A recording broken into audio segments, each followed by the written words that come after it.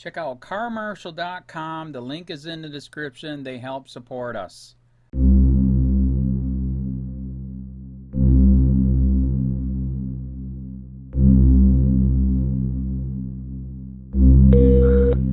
Antonio 911, do you need police, fire, EMS? I need a police officer. To what address? 2350 Fieldwood. Okay. Have you already called them? No, I just called right now. Somebody just shot. I think that my dad just got shot. Okay. By who? I don't know. I have no idea. I just heard like four gunshots fired. There's a hole through my door, and he told my dad not to move before he kills him or something, but I can't. It's a story we've been following all morning long. An officer shoots and kills a man on San Antonio's west side. Police say a woman was also shot by an ex-boyfriend. There are 3 scenes total. That has SAPD's chief of police asking a lot of questions. What they do know is this is where a police officer shot and killed a man at that man's home. What they're still trying to figure out is why that police officer was here. This is a story of either a hero who saved a woman and 3 kids, or a cop who unnecessarily killed a father of 4. A close look at the case shows the high stakes faced by departments forced to rehire officers fired for misconduct, and the dilemma faced by police chiefs struggling with whether to return these cops to the streets.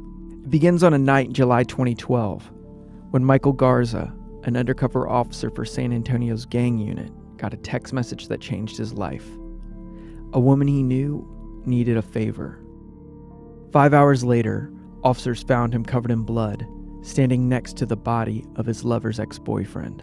In the July night in 2012, we do know that Officer Garza, who was a plainclothes police officer serving in our gang unit, we do know that he was drinking that night, and he had quite a few text exchanges with his girlfriend, Abigail Hernandez. The heart of the case lies in the details.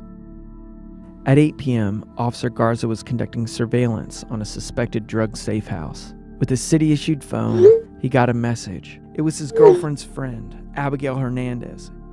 The two had been sleeping together.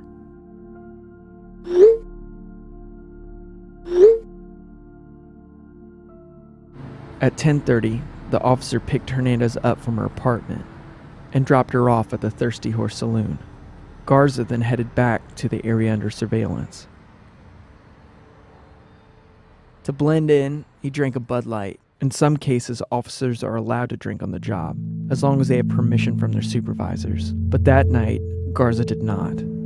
At 1:30 in the morning, Hernandez sent him another text message. Garza, still on duty, wrote back,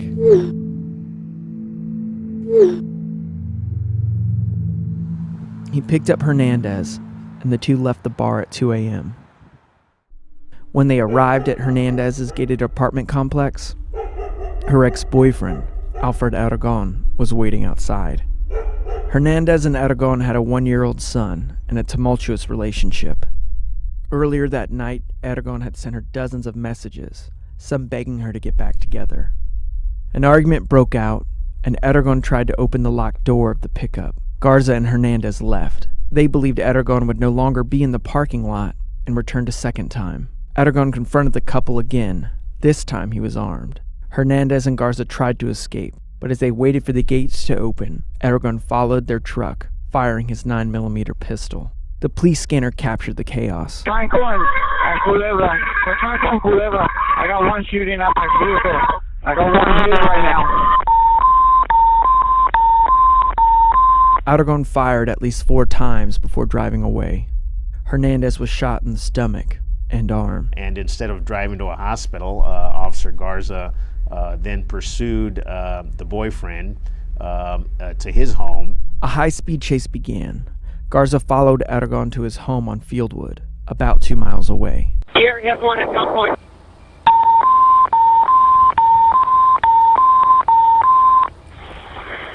$53.42, we got A. The officer involved shooting, he's okay. The officer's passenger is hit in the stomach. Go ahead and step it up. Garza fired his city-issued Glock at least 9 times, striking Aragon 3 times. In the back, he was unarmed when shot by Officer Garza. This is Leroy Carrion, SAPD Homicide. I'm at University Hospital. Later, Hernandez spoke to investigators from her hospital bed. What's going through your mind? I mean, what are you thinking? The woman told investigators her ex-boyfriend didn't have a violent past, but she and Garza feared for the safety of her son inside the home. His dad was freaking, lost it. To Hernandez, Garza did what anyone would have expected of a cop: save lives. The head of San Antonio's police officer union agrees. You're just trying to take the lady home because she was a friend of yours, and all of a sudden out of the shadows somebody starts shooting at you, or you've got bullets ripping through your cab of your pickup truck, and you're like, what the hell's going on? Now it's about survival at this point. Garza was known for his decision-making under pressure and was twice named Officer of the Year. But Chief McManus questioned his decision-making that night. He wasn't alone. Aragon's family, too, were horrified after learning details of what happened. Alfred was a father of 4. He had his own business. He was looking forward to the future. And, him shooting at them or him approaching them with the gun, that was wrong. But that's why we have, our justice system. The cop, he played police officer, side boyfriend, judge, all in one night, all in 10 minutes. The investigation took months. A grand jury declined to pursue murder charges against the officer. But Internal Affairs found Garza had violated 7 departmental rules, including lying to homicide investigators. The city argued Garza should have taken Hernandez to the hospital and waited for backup instead of pursuing the shooter. The chief made the decision that he should be removed from the department, and I supported the chief's decision. Garza fought to get his job back through an appeals process known as arbitration. During his job appeal, officers that knew him testified to Garza's ability to catch criminals and the importance of his deep undercover work. The chief on how his reckless decision-making brought dishonor to the badge. I was flabbergasted when I received the word that an arbitrator had overturned the termination and had directed that Officer Garza be reinstated. I believe that his actions were not becoming of an officer that we would want to have within the San Antonio Police Department. I shared that with the chief. He strongly believed that Officer Garza should be removed. And we both said at the time when he was reinstated that he would not be returned to patrol, as we felt that he was not capable of serving our community well and was a liability to the city. The arbitrator agreed there was misconduct, but believed Garza's record earned him a second chance. The city decided Garza would never patrol the streets again. Basically, he's been rubber gunned. And the chief has said, okay, I have to take you back, but I don't have to put you back.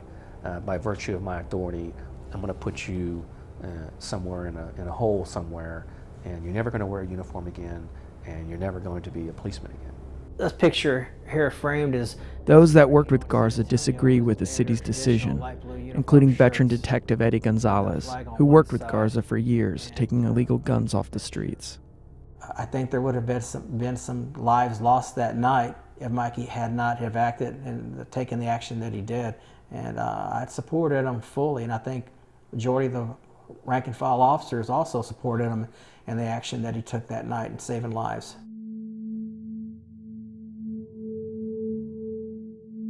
I ever worked with, and I'd still like to work with him today. San Antonio officials said Garza declined to comment for the story. He remains on the force, assigned to desk duty.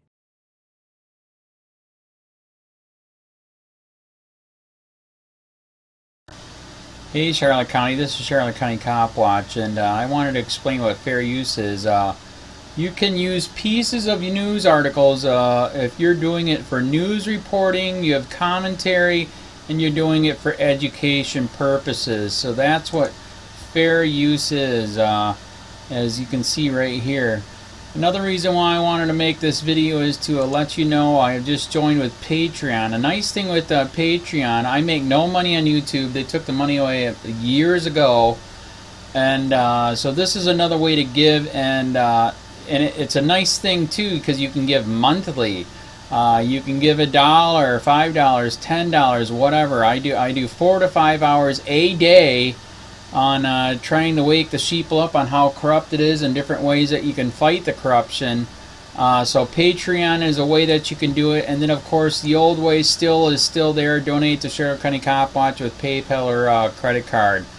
So keep that in mind. 4 to 5 hours a day. I make no money, but the corruption happened to me, and I'm sick of it. So I'm trying to wake people up.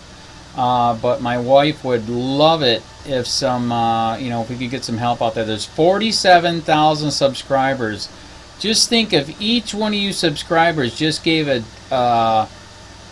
let's say actually yes, $1 a month. 47,000 subscribers gave $1 a month. That would be awesome. That's not going to happen. But anyways, that would be great if it did happen. But do the math in your head. Just think about it. Like I said, 4 to 5 hours a day. I get no money from YouTube. YouTube has gone nuts. You can't do anything anymore. They're taking the money away everywhere. So these are a couple different ways that you can still help out with all this time that I put in. And as you know, I'm in a special situation where, at least I can do it, 4 to 5 hours a day. We have a cleaning company during the day. That's what allows me to do this, and we're debt free. So this is my hobby. I don't go fishing and all that other crap. I try to save the world. So help me out to make the wife happy, man. In fact, if you guys did give $1 a day, and there was 47,000 of you, and you did it, and each of you gave $1, and that was every month, oh my God, yes, I could quit. I could start suing them. Another idea too that we have is, if I got, some funds, we could actually contact everyone that has been ticketed and or arrested and put in jail and start sending them postcards to let them know we're here, and to see if everything went all right, and if it didn't, find out their story. So we could even do more investigations and more lawsuits. Lawsuits take money. So just think about that. 47,000 of you so far right now. $1 a day. $1 a month on Patreon, or $5 a month Patreon, 10, 20, whatever. Just do the math in your head. Help out. This is a lot of work every single day. Thanks.